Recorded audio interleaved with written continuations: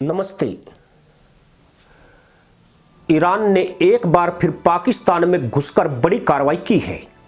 Iran की media के हवाले से ईरान इंटरनेशनल इंग्लिश ने बताया कि सैन्य बलों ने पाकिस्तान की सीमा में घुसकर आतंकी संगठन जैसल अदल के वरिष्ठ कमांडर इस्माइल साहब बख्श और उसके कुछ साथियों को ढेर कर दिया। दावा किया गया कि इस दौरान पाक फौज और ईरानी सैन्य बलों के बीच झड़प भी हुई, जिसमें पाकिस्तान के 2 सैनिकों के मारे जाने की खबर है। पाकिस्तान में ऑपरेशन को अंजाम देने के बाद ईरानी बल सुरक्षित अपनी सीमा में लौट गए। वहीं पाकिस्तान अभी तक भी सदमे में है। मदरसा मुल्क में फ्रंटर आर्मी की थूथू शुरू हो चुकी है। देश के टोपीबाज मांग कर रहे हैं कि जिसे देखो वही पाक की बजा कर जा रहा है।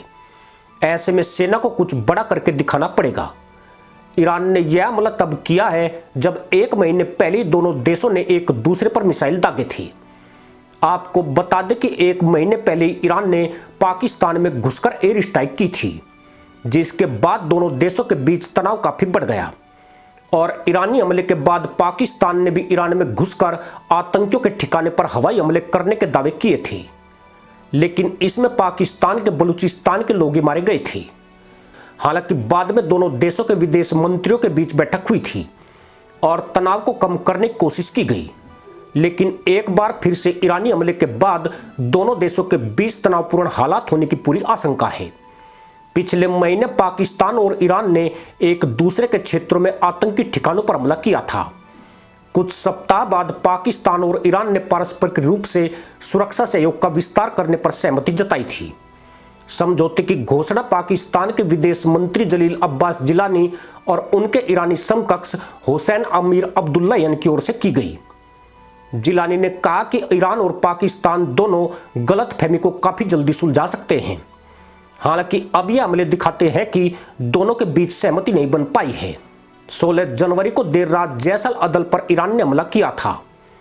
पाकिस्तान की सीमा में यह हमला मिसाइल और ड्रोन के जरिए हुआ था। पाकिस्तान ने तब आरोप लगाया था कि हमले में 2 बच्चों की मौत हो गई थी। पाकिस्तान ने नाराजगी जताते हुए 17 जनवरी को अपने राजदूत को वापस बुला लिया था। बाद में पाकिस्तान ने 18 जनवरी को हमला कर दिया था। पाकिस्तान ने दावा किया था कि उसने ईरान में बलूचिस्तान लिबरेशन आर्मी और बलूचिस्तान लिबरेशन फ्रंट पर हमला किया। जैसल अदल को अरबी में न्याय की सेना के रूप में अनुवादित किया जाता है, जिसे पहले जुंदा अल्लाह के नाम से जाना जाता था, जिसका मतलब ईश्वर के सैनिकों का उत्तराधिकारी होता है। यह संगठन भी दूसरे आतंकी संगठनों की तरह ही बम धमाके करने के लिए कुख्यात रहा है। साल 2000 में इस्लामिक गणराज्य ईरान के खिलाफ एक हिंसक विद्रोह को उसने बढ़ाना शुरू किया था, जिससे अशांत ईरान पाकिस्तान के सीमावर्ती इलाकों में सालों तक मारकाट चलती रही। जैसल अदल का हेडक्वार्टर पाकिस्तान के बलूचिस्तान में है और इसे ग्लोबल टेररिस्ट संगठन करार दिया गया है। इसके आतंकी अतीत में ईरानी पुलिस के कई जवानों का अपहरण भी कर चुके हैं। पिछले कुछ वर्षों में जैसल अदल ने ईरानी सुरक्षा बलों पर कई हमले किए हैं। दिसंबर में एक पुलिस स्टेशन पर हमले में 11 पुलिस कर्मियों की मौत हो गई थी।